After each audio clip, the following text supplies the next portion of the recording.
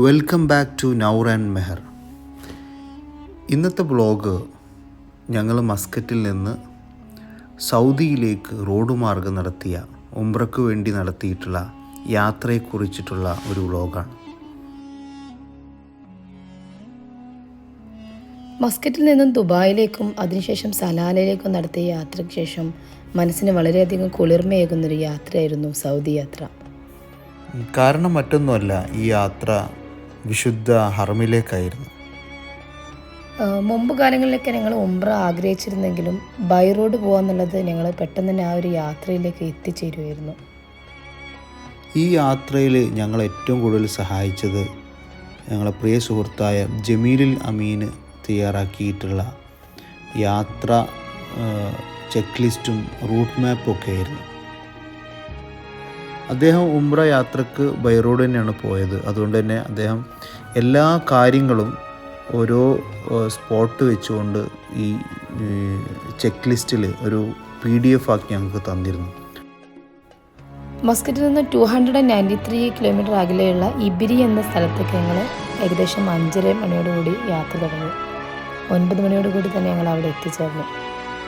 പിന്നീട് അധികം വൈകാതെ തന്നെ ഇബിരിയിൽ നിന്ന് ഞങ്ങൾ ഏകദേശം 153 കിലോമീറ്റർ അകലെയുള്ള റൂബുൽ ഹാലി, അതായത് ഒമാൻ ബോർഡറിലേക്ക് യാത്ര തിരിക്കുകയായിരുന്നു.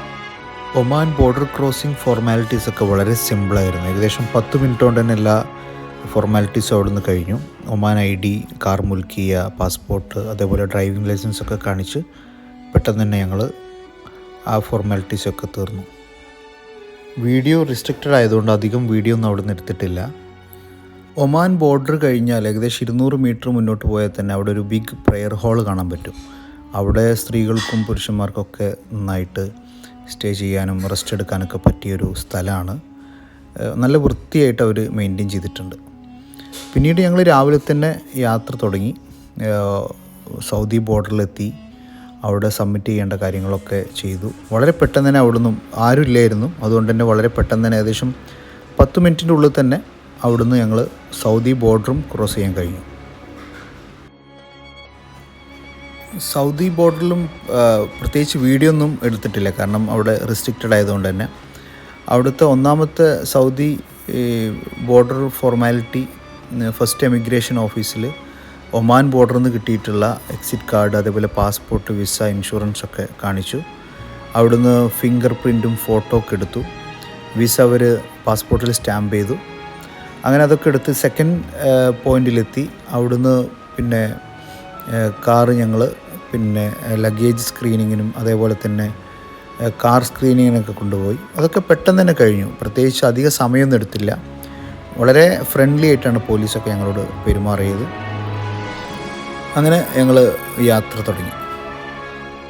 സൗദി ബോർഡറിൽ നിന്നും ഏകദേശം 1035 കിലോമീറ്ററാണ് ഞങ്ങൾക്ക് റിയാദിലേക്ക് യാത്ര ചെയ്യാനായിട്ടുള്ളത്. ഇതിൽ പ്രത്യേകം ശ്രദ്ധിക്കേണ്ട ഒരു കാര്യം എന്താണെന്ന് വെച്ചാൽ, നമ്മളെ കാർ സ്പീഡ് ഏകദേശം 560 കിലോമീറ്റർ 90ലാണ് നമ്മൾ പോകേണ്ടത്. അതുപോലെ തന്നെ റോഡ് 2 വേ കൂടിയാണ്. അതുകൊണ്ട് തന്നെ ശ്രദ്ധിച്ചാണ് നമ്മൾ വണ്ടി ഓടിക്കേണ്ടത്. വേറെ മറ്റൊരു റോഡുമില്ല. സ്ട്രെയിറ്റ് നമ്മൾ പോകുന്നത് റിയാദിലേക്കാണ്. സൗദി ബോർഡിൽ നിന്ന് ഏകദേശം 255 കിലോമീറ്റർ യാത്ര ചെയ്താൽ റൈറ്റ് സൈഡിൽ നമുക്ക് പെട്രോൾ സ്റ്റേഷൻ കിട്ടും.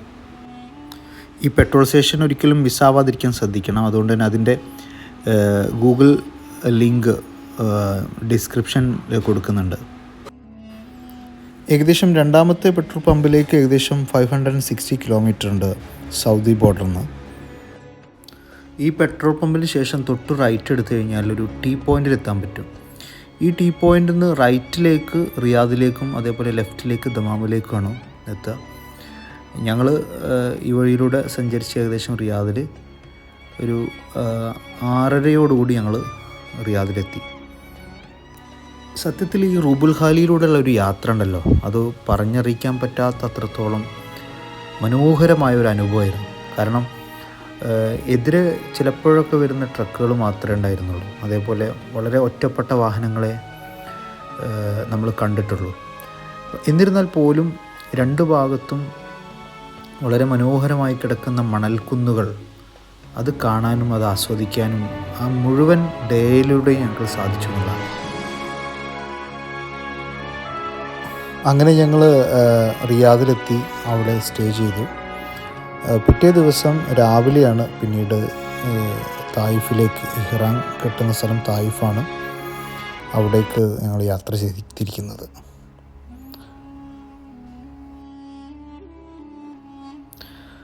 റിയാദിൽ നിന്ന് ഏകദേശം രാവിലെ 5 മണിക്ക് യാത്ര തിരിച്ച തായിഫിൽ ഉച്ചയോടെ 1 മണിയോടുകൂടി നമുക്ക് അവിടെ എത്തിച്ചേരാൻ പറ്റും.